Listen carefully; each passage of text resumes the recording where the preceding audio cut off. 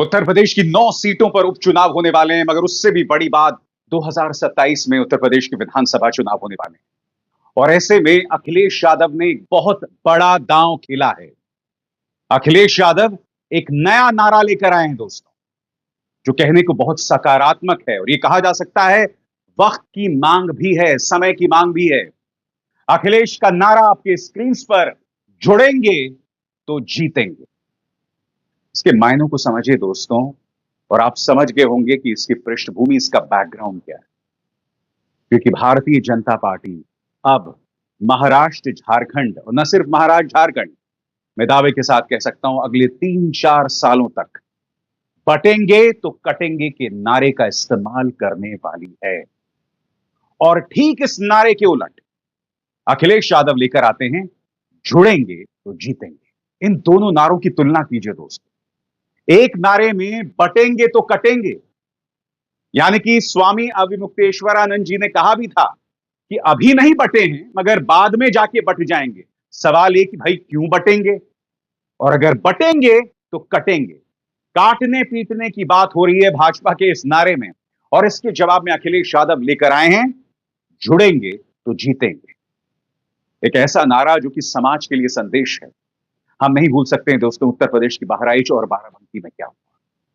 बहराइच में सांप्रदायिक तनाव के चलते एक व्यक्ति राम गोपाल मिश्र की मौत हो जाती है।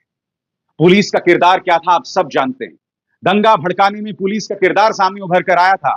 याद कीजिएगा दैनिक भास्कर का वो स्टिंग ऑपरेशन, जिसमें दंगाई ये कह रहे थे कि हमें अगर पुलिस ने थोड़ा और समय दिया होता तो पूरे महाराजगंज को आग लगा देता। और कहीं ना कहीं ये बटेंगे तो कटेंगे का एक नायाब चेहरा है।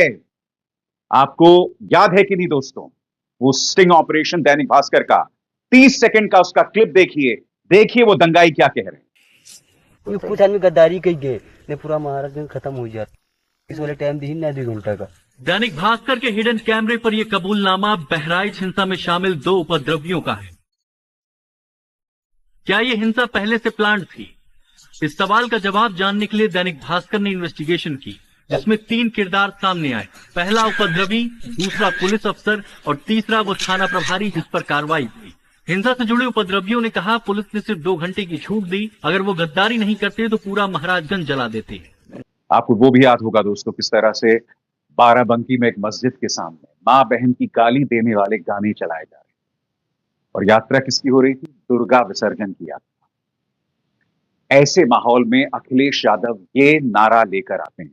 और मेरे हिसाब से दोस्तों हम एक ऐसे युग में रह रहे हैं जहां मीडिया अक्सर बुलडोजर का महिमा मंडन करती है। पापा की परियां अक्सर बुलडोजर पर चढ़कर रिपोर्टिंग करती हैं, खासतौर से तब जबकि सुप्रीम कोर्ट ने बुलडोजर पर रोक लगाने की बात कर दी है, मगर फिर भी पापा की परियां जो हैं बुलडोजर पर चढ़कर रिपोर्टिंग करती हैं। आपको याद होगा अखिलेश यादव ने इंटरव्यू दिया था एबीपी न्यूज को। पापा की परी सवाल पूछ रही, बटेंगे तो कटेंगे की बात। अखिलेश ने, याद है आपको क्या जवाब दिया था? अखिलेश ने कहा था कि भारतीय जनता पार्टी आजाद भारत के इतिहास की सबसे नकारात्मक पार्टी है, सबसे नकारात्मक सोच। आपको याद है उन्होंने क्या कहा था? फिर से सुनते हैं। जो बाई इलेक्शन होने जा रहे हैं, सरकार अगर बेईमानी नहीं करेगी, और जिस तरीके से पहले दिन से ये उत्तर प्रदेश के लोग जानते हैं, बीएलओ से लेकर के चुनाव से जितने भी संबंधित अधिकारी हैं, बीजेपी ने अपनी तरीके से पोस्टिंग दी है। और जिस प्रदेश के मुख्यमंत्री ये कहते हों कि इसको रामपुर बना देंगे, कई मंचों से उन्होंने ये कहा हो, और फिर जो नारा निकल करके आया है, देश के इतिहास में इससे खराब, इससे नेगेटिव नारा किसी पॉलिटिकल पार्टी ने नहीं दिया होगा जो नारा भारतीय जनता पार्टी ने अभी हाल में दिया है। बटेंगे तो कटेंगे, ये जो नारा है पॉलिटिकल हिस्ट्री का सबसे खराब नारा है और नेगेटिव नारा है। ये वो लोग हैं जो कमजोर दिखाई दे रहे हैं, वो नारा दे रहे हैं, और कहीं ना कहीं उनको ये लगता है कि अब सरकार उनकी रक्षा नहीं कर सकती है, अब रक्षा आपको स्वयं करना पड़ेगा। और सच्चाई तो ये है कि पीडीए की एकता को लेकर के ये घबराए हुए हैं, डरे हुए हैं, इसी की वजह से ऐसा नारा दे रहे हैं। पीडीए के लोग, पीडीए जोड़ेगा और जीतेगा, और वो शुरुआत हो चुकी है। इस तरह के नारे जो नेगेटिव नारे दे रहे हैं, उनका ग्राफ नीचे जा रहा है, वो ढलान पे हैं, और समाजवादी पार्टी और पीडीए के लोग चढ़ान पर हैं, हम लोग ऊंचाई पर जाने वाले हैं। कायदे से मीडिया को बटेंगे तो कटेंगे नारे पर सवाल खड़े करने चाहिए। अरे भाई, अगर आपको बंटने की चिंता है तो देश के बंटने की चिंता होनी चाहिए। आप हिंदू एकता की क्यों बात कर रहे हैं? सिर्फ पूरे देश की एकता की बात करें ना। और आप जानते हैं, एक तरफ अखिलेश यादव इसके जवाब में एक नारा लेकर आए हैं, यानी कि जुड़ेंगे तो जीतेंगे, जिसकी मैं चर्चा करूंगा। प्रधानमंत्री नरेंद्र मोदी दिवाली के मौके पर देश के जवानों को संबोधित करते हैं और वहां पर वो एक गाना गाते हैं, गाते नहीं है मगर एक गाने का जिक्र करते हैं, देशभक्ति का गाना है। हिंद देश के निवासी सब जन एक हैं, रंग रूप वेश भाषा चाहे अनेक। रंग रूप वेशभूषा चाहे अनेक है। ये वही प्रधानमंत्री हैं दोस्तों, जिन्होंने कहा था कि कपड़ों से हम दंगाई को पहचान सकते हैं। इस तरह के बयान प्रधानमंत्री ने पहले दिए थे और अब देखिए कल उन्होंने क्या बयान दिया, सुनिए। आज हालत यह हो गई है कि आजकल एकता की बात करना तक गुनाह बना दिया गया है। एक समय था जब हम बड़े गर्व के साथ स्कूल, कॉलेज में, घर में, बाहर सहज रूप से एकता के गीत गाते थे। जो पुराने लोग हैं उनको पता है हम क्या गीत गाते थे। हिंद देश के निवासी सभी जन एक है, हिंद देश के निवासी सभी जन एक है, रंग रूप वेश भाषा चाहे अनेक है। ये गीत गाए जाते थे। आज की तारीख में कोई ये गीत गाएगा तो उसको अरबन नक्सलों की जमात गालियां देने का मौका पकड़े लेगी। और आज कोई अगर कह दें कि एक है तो सेफ है, तो ये लोग एक है तो सेफ है उसको भी गलत तरीके से परिभाषित करने में लगेंगे। ये कंफ्यूजिंग नहीं है दोस्तों? एक तरफ प्रधानमंत्री ये कहते हैं कि साहब कपड़ों से दंगाई पहचान सकते हैं, और फिर आप कह रहे हैं रंग रूप वेशभूषा चाहे अनेक है। यानी कि जवानों के सामने बैठकर आप एकता का संदेश देते हैं, मगर जब आप देश के जनमानस के सामने होते हैं, देश के मासेस के सामने होते हैं, देश की जनता जिसमें कई लोग अनपढ़ होते हैं, जिन्हें भ्रमित किया जा सकता है, उनके सामने होते हैं, तब आप इस तरह का भाषण देते हैं कि कपड़ों से जो है दंगाई पहचाने जा सकते हैं। खुलकर एक सांप्रदायिक बयान सुनिए उन्होंने क्या कहा था पहले। भाइयों बहनों, ये जो आग लगा रहे हैं, टीवी पे उनके जो दृश्य आ रहे हैं, ये आग लगाने वाले कौन है वो उनके कपड़ों से ही पता चल जाता है। हालांकि ये बयान कुछ नहीं है दोस्तों। आप जानते हैं प्रधानमंत्री नरेंद्र मोदी को गौरव हासिल है ये सब कहने का कि भाई तुम्हारा मंगलसूत्र छीन के उनको दे देंगे, ज्यादा बच्चा पैदा करने वालों को दे देंगे, मुसलमानों को घुसपैठिया बताया।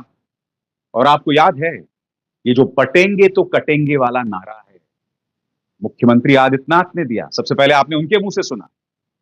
वही जहर भाजपा के बाकी मुख्यमंत्री उगलते रहे, मसलन हेमंत बिस्व शर्मा। और फिर प्रधानमंत्री भी महाराष्ट्र में उसी नारे का जिक्र करते हैं। वो जिक्र करते हैं कि देखिए कांग्रेस का जो वोट बैंक है वो तो नहीं बंटने वाला है, इसलिए हमें भी नहीं बंटना है।